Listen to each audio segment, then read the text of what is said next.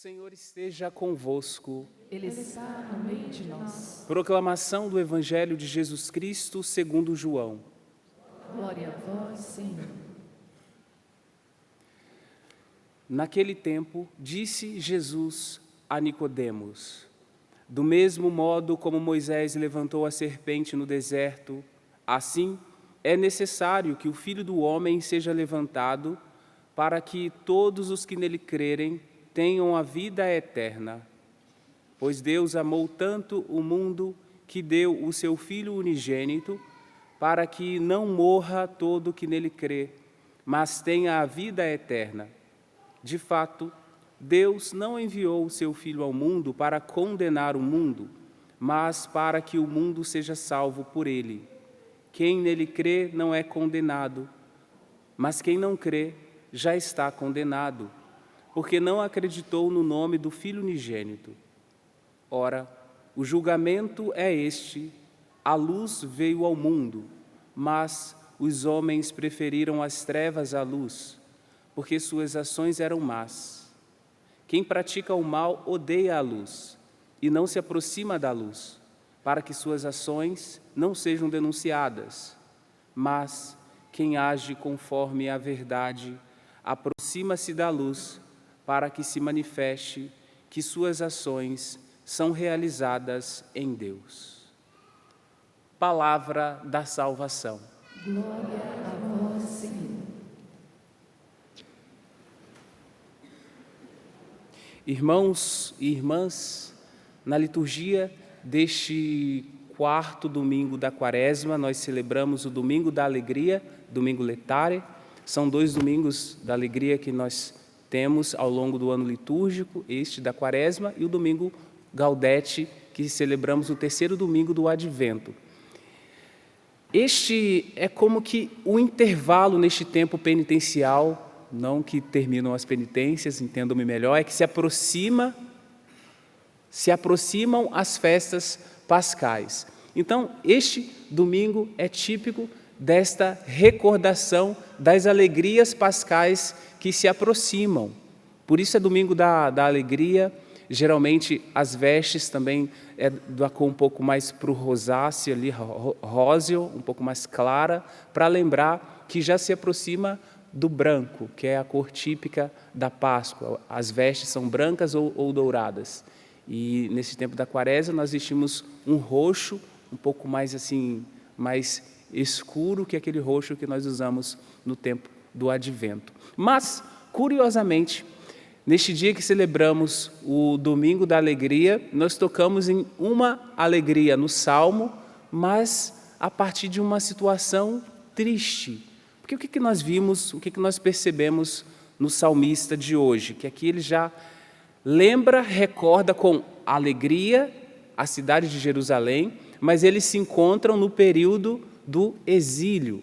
E ali, em meio ao trabalho, eles penduravam os instrumentos de canto, as harpas, nas árvores ali em volta, os salgueiros, e aqueles que faziam a vigilância para ver se eles estavam trabalhando, chegavam e exigiam cantos de Sião, cantos do tempo que eles estavam em Jerusalém, canto do tempo que eles eram livres, em meio à escravidão, em meio a essa situação de falta, vem essa exigência de um canto. Mas como havemos de cantar os cantares do Senhor numa terra estrangeira? E daí brota o refrão que nós cantamos: que se prenda a minha língua ao céu da boca, se de ti, Jerusalém, eu me esquecer. Então parece-nos que o que mantinha a alegria no coração do povo que estava no exílio era a recordação de Jerusalém. Eu estou no exílio, mas Jerusalém existe, e um dia eu vou voltar. Quando, eu não sei. Se pensarmos na nossa peregrinação neste mundo, poderíamos usar uma analogia, comparar este mundo também como realidades que nós devemos trazer, ver, observar, faz parte da vida, devemos viver como dom que Deus nos dá, mas também devemos sempre recordar da Jerusalém celeste, mas não é só a Jerusalém aqui da terra, nesse contexto, mas a Jerusalém celeste, a Jerusalém do céu deve gerar alegria também no nosso coração. A recordação das coisas de Deus, a recordação das coisas do céu deve movimentar a nossa vida, deve movimentar a nossa existência, deve movimentar também a nossa espiritualidade. A nossa espiritualidade deve também ser marcada pela recordação das coisas do céu, pela recordação de Jerusalém. Então não devemos esquecer de Deus na nossa existência. Assim, na nossa vida cotidiana, depois nós voltamos para os nossos trabalhos, começa a segunda-feira, você vai trabalhar, alguns estão aqui na Canção Nova, são aqui de perto, outros são de lugares mais distantes. Você volta para a sua realidade, mas a recordação das coisas de Deus devem permanecer. Uma recordação como vivência também. Sempre devemos recordar as realidades do domingo, que é por excelência o dia que nós temos este encontro com o Senhor, este encontro com Deus. Que se prenda a minha língua ao céu da boca, se de ti, Jerusalém, eu me esquecer. Mas no contexto geral da liturgia deste quarto domingo da Quaresma, podemos destacar até versículos que se assemelham, e a marca desses versículos é a constante iniciativa de Deus em chamar o seu povo, porque tem compaixão e quer a salvação do seu povo. Então Deus constantemente tem movimentos de aproximação,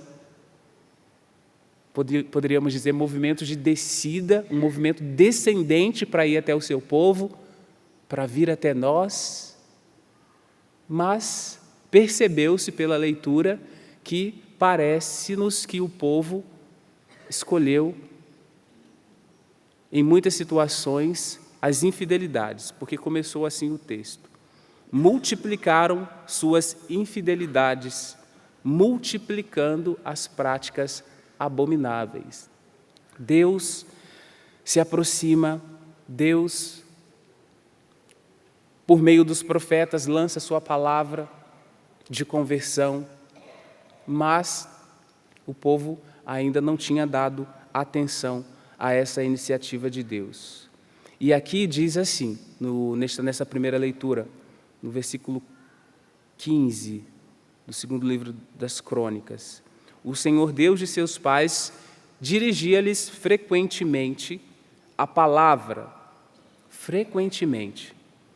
por meio de seus mensageiros, admoestando-os com solicitude todos os dias, porque tinha compaixão do seu povo e da sua própria casa. Mas, infelizmente, observou-se que aumentavam as infidelidades. Deus tem a iniciativa, mas parece que tem um bloqueio em nós, um bloqueio em nosso coração para dar a resposta a Deus.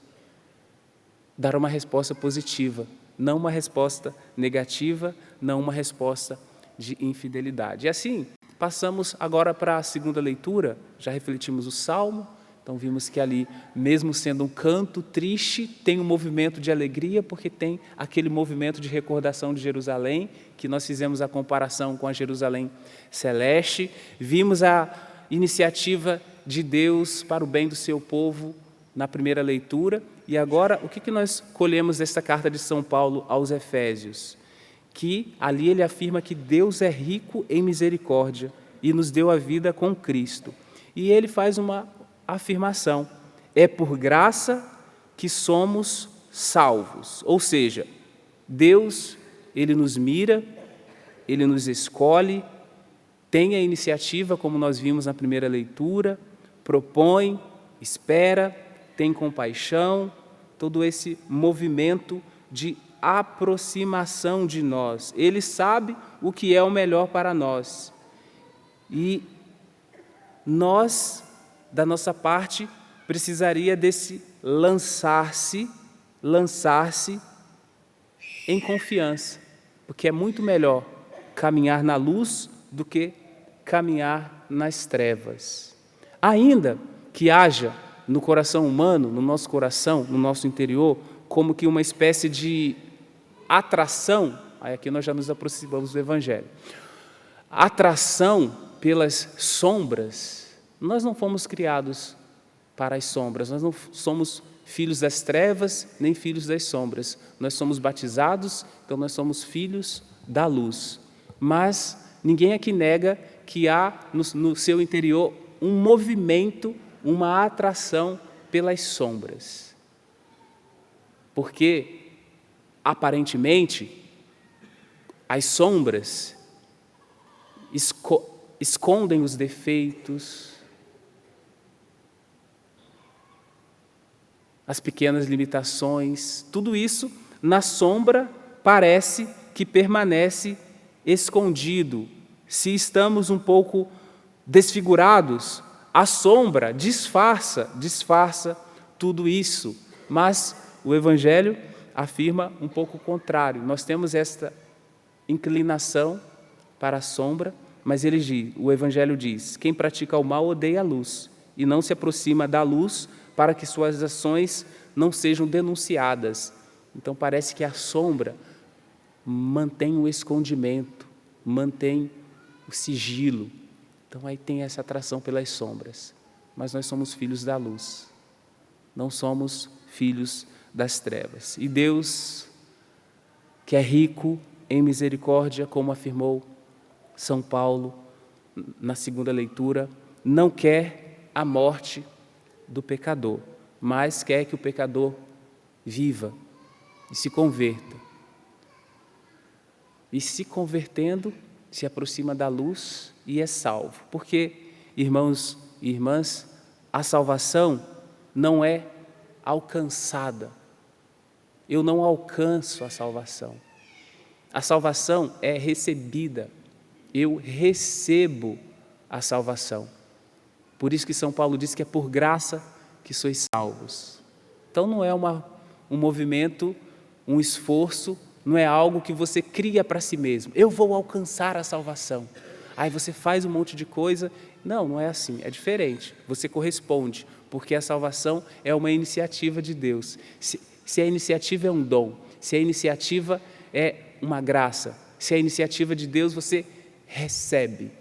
Você não alcança. Eu vou alcançar, eu vou ganhar a minha salvação. Não, eu vou receber a minha salvação, porque é por graça que nós somos salvos. Convido você a, por um instante, fechar os seus olhos e neste movimento de Deus sobre nós, neste domingo, peçamos a graça de um coração disposto a corresponder com alegria, a corresponder com amor, às constantes iniciativas de Deus para a nossa salvação, para o nosso resgate. Senhor, que o Teu Espírito Santo alcance os Teus filhos em suas limitações. Vem, Senhor, com o Teu Espírito Santo, a Tua graça, o Senhor que aqui está presente, Pai, Filho e Espírito Santo, dissipando as sombras, para que permaneçamos na luz. A Tua luz nos conduz, a Tua luz nos direciona e é nela, Senhor, que nós queremos permanecer. Na Tua luz, Senhor, porque nós não somos filhos das trevas, somos filhos da Tua luz. Conserva em nosso coração a alegria de recordar a Jerusalém celeste. E talvez afirmar como salmista, que se prenda a minha língua ao céu da boca, se de Ti, Jerusalém, se das coisas celestes, se das coisas e realidades divinas eu me esquecer.